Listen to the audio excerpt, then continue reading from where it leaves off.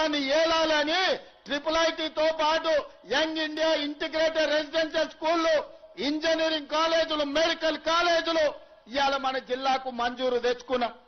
ఒకప్పుడు బడికి పోవాలన్న కొడంగల్ మహబూబ్నగర్ రావాలి, తాండూరు పోవాలి, పరిగి పోవాలి.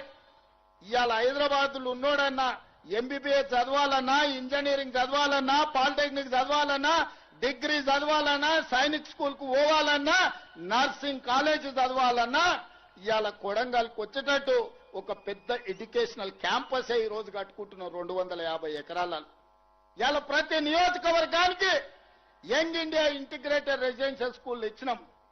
నేను ఈ వేదిక మీద నుంచి మా అక్కలకు చెప్పదలుచుకున్నా, ఇండ్లు గాని, పెన్షన్లు గాని, భూములు గాని మన బతుకులు మార్చవు. మన పిల్లల చదువులే మన బతుకులను మారుస్తాయి. మన పిల్లలు చదువుకుంటే మనం బాగుపడతాం. మన పిల్లలు డాక్టర్లు అయితే మన పడ్డ కష్టం మర్చిపోతాం. మన బిడ్డ ఇంజనీర్ అయితే మన జీవితంలో వెలుగులు నింపుతాడు. మన బిడ్డ ఒక IAS, ఒక IPS అయి, ఓ కలెక్టర్, ఓ SP అయి వస్తే మన గౌరవం పెరుగుద్ది. మన పిల్లల్ని మనం చదివించుకోవాలి. ఓ పూట తిన్నా తినకపోయినా ఇంటి ఆయన నగదు ఉంటే సాయంత్రం పోయి బెల్ట్ షాప్ లో ఇచ్చొచ్చినా ఆయనను ఒంగబెట్టి 2 గుద్దులు గుద్దైనా ఆయన జేబులు ఉన్నది గుంజుకొని పిల్లలను చదివించుకోవాలి.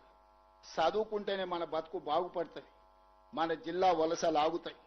చదువేందో, చదువు విలువేందో, చదువుకుంటే మన బతుకులు ఎట్లా బాగుపడతాయో చూసిన వాళ్ళు.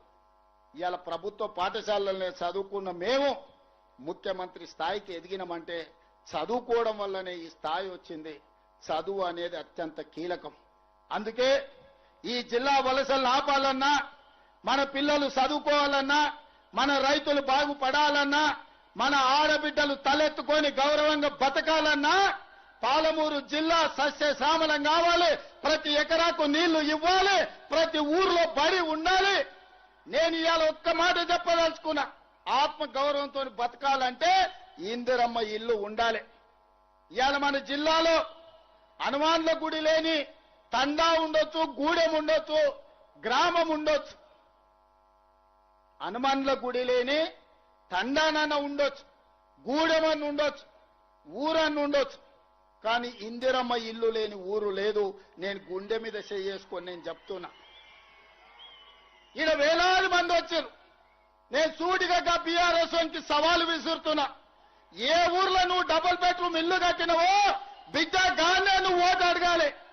ఏ ఊర్లో నేను ఇందిరమ్మ ఇల్లు కట్టినో గా ఊర్లో నేను ఓట్లు అడుగుతా. నీకు డిపాజిట్ వస్తే నా పేరే మార్చుకుంటా.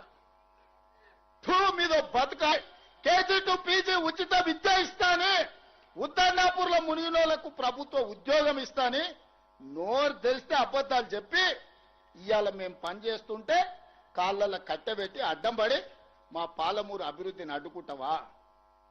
మా పాలమూరు బిడ్డలు మంచోళ్లే. మట్టి పని, తట్ట పని, పార పని, పలుగు పని అన్ని పనులు చేస్తాం. అడ్డం వస్తే నీ పని కూడా చేస్తాం. మేం తవ్విన గోతుల్నే మట్టి తీసుడే కాదు బిడ్డ, పండబెట్టి మట్టి కప్పేది కూడా మా బిడ్డలకు తెలుసు. నువ్వు అనుకుంటున్నావేమో ఈ జిల్లా ప్రజల అమాయకులు 2009లో మోసం చేసినట్టే మళ్ళోసారి మోసం చేద్దాం అనుకున్నావని. నిన్ను మొలక కూడెత్తనీయం బిడ్డ. ఈ జిల్లాల ఈ వేలాది మంది సాక్షిగా పాలమూరు బిడ్డగా చంద్రశేఖరరావు రాసి పెట్టుకొని డైరీలో పాలమూరు జిల్లాలో నీ జెండాను ఎగరనీయం, గద్దెలు దిగాలే, దిమ్మెలు గూలాలే. ఈ పాలమూరు గడ్డ మీద నీ గుర్తు అనేది ఇక మర్చిపో. నీ గుర్తు, నీ ఎమ్మెల్యే అనేది గతమే. భవిష్యత్తులో ఒక్కరిని కూడా గెలవనియను. ఇవాళ ఈ బిడ్డలకు అన్ని కష్టాలు తీరవడానికి ఈ వేదిక మీద ఉన్న మేమందరం ఉన్నాం. నేను అడుగుతున్నా మా అక్కల్ని, అక్క ఇలా రేషన్ కార్డు అంటే ఒక్క నా కొడుకన్నా వలికిండా? ఇల్లు అడిగితే ఎవడన్నా కనిపించిండా? సన్న బియ్యం ఎప్పుడన్నా ఇచ్చిర్రా? ఉచిత కరెంట్ ఎప్పుడన్నా ఇచ్చిర్రా? ఇంటికి బస్సులలో ఆడబిడ్డలు పోతే ఎప్పుడన్నా వాడు ఉచితంగా ఓ పండుగ పూట నాడు అమ్మగారింటికో లేకపోతే అమ్మవారి దర్శనానికన్నా అన్నారా? జోగులాంబ దర్శనానికి పోతే ఎప్పుడైనా బస్సులో ఉచితంగా పోయినరా? కురుమూర్తి జాతరకి ఎప్పుడైనా పోయినరా? మిర్చిల్లో ఉన్న హనుమాన్ల దేవాలయానికి ఏమైనా ఊరుకోండి, హనుమాన్ల గుడికి పోతే ఎప్పుడైనా ఉచితంగా పోయినరా? మరి ఇవాళ నేను అడుగుతున్నా, రేవంత్ రెడ్డి నువ్వు ముఖ్యమంత్రి ఏం చేసినావని. బిడ్డ రాసుకో. 15 లక్షల రేషన్ కార్డులు ఇచ్చిన పేదోళ్లకు, 4.5 లక్షల ఇందిరమ్మ ఇండ్లు ఇచ్చిన, 50 లక్షల కుటుంబాలకు 200 యూనిట్లు ఉచితంగా విద్యుత్ ఇచ్చిన, 45 లక్షల కుటుంబాలకు 500 రూపాయలకు సిలిండర్ ఇచ్చిన, 10,000 కోట్ల రూపాయలు మా ఆడబిడ్డలు బస్సులలో మహాలక్ష్మి పథకం కింద ఉచిత ప్రయాణం చేస్తే 10,000 కోట్ల రూపాయలు మా అక్కలకు మా చెల్లెళ్ల కోసం ఆర్టీసీకి నేను కట్టిన, 1000 మెగావాట్ల సోలార్ విద్యుత్తు మా ఆడబిడ్డలకు ఇచ్చిన, మా సంఘాలకు పెట్రోల్ బంకులు ఇచ్చిన, మా సంఘాలకు 1000 బస్సులు కొనుక్కునే శక్తిని ఇచ్చిన, బస్సులలో ఉచితం కాదు బస్సు యజమానులను మా ఆడబిడ్డల్ని చేసిన, 67,616 లెక్క కట్టి, నీకు ఒకవేళ లెక్క మీద అనుమానం ఉంటే తారీఖు చెప్పు.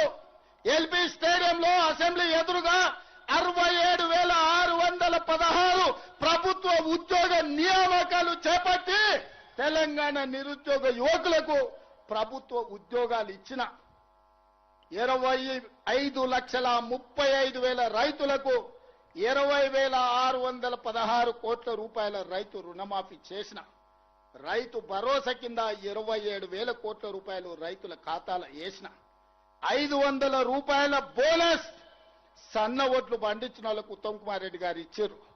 వ్యవసాయానికే 1,56,000 కోట్ల రూపాయలు ఈ 30 నెలల ఖర్చు పెట్టిన. ఇట్లా నేను చెప్పుకుంటా పోతే చెప్తే రామాయణం రాస్తే భారతం అంత అయితే ఈ 30 నెలల నేను చేసింది. నీ 10 ఏళ్ల పాలన, నా 30 నెలల పాలన, 2.5 ఏళ్ల పాలన ఎప్పుడు చర్చ చేద్దామో చెప్పు. రా అసెంబ్లీకి. నువ్వు శాతనైతే, నీకు పౌరుషం ఉంటే, నీ పేరు చంద్రశేఖరరావు అయితే అసెంబ్లీకి రా. నీ 10 ఏళ్ల పాలన మీద, నా 2.5 ఏళ్ల పరిపాలన మీద చర్చ చేద్దాం.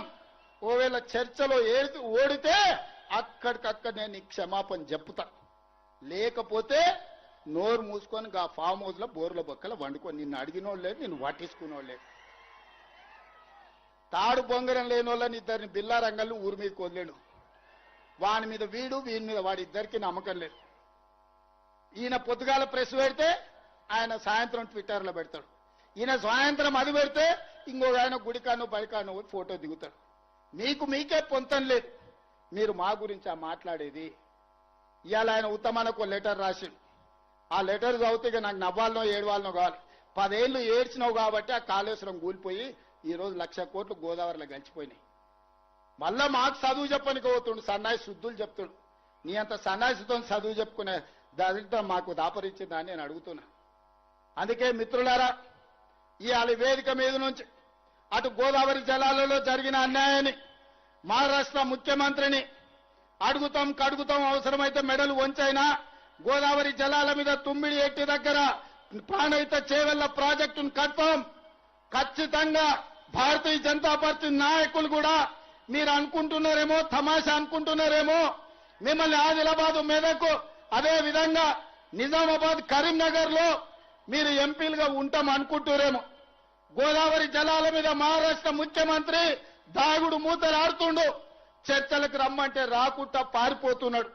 ఎన్ని రోజులు పారిపోతారు? మిమ్మల్ని ఊరు నుంచే తరిమే రోజు వస్తుంది. మర్యాదగా మహారాష్ట్ర ముఖ్యమంత్రిని చర్చలకు పట్టుకురండి.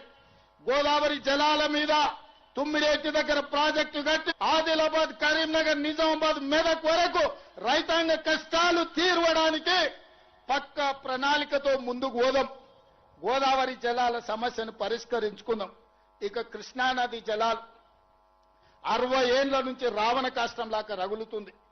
60 ఏళ్ల నుంచి రాయలసీమలతో కొట్లాడాలి, ఆంధ్రలతో కొట్లాడాలి, గుంటూరు గుడివాడతో కొట్లాడాలి. ఈ సమస్యకు శాశ్వత పరిష్కారం వద్దా? పరిష్కారం కావాలంటే చర్చలు చేయాలనా లేదా?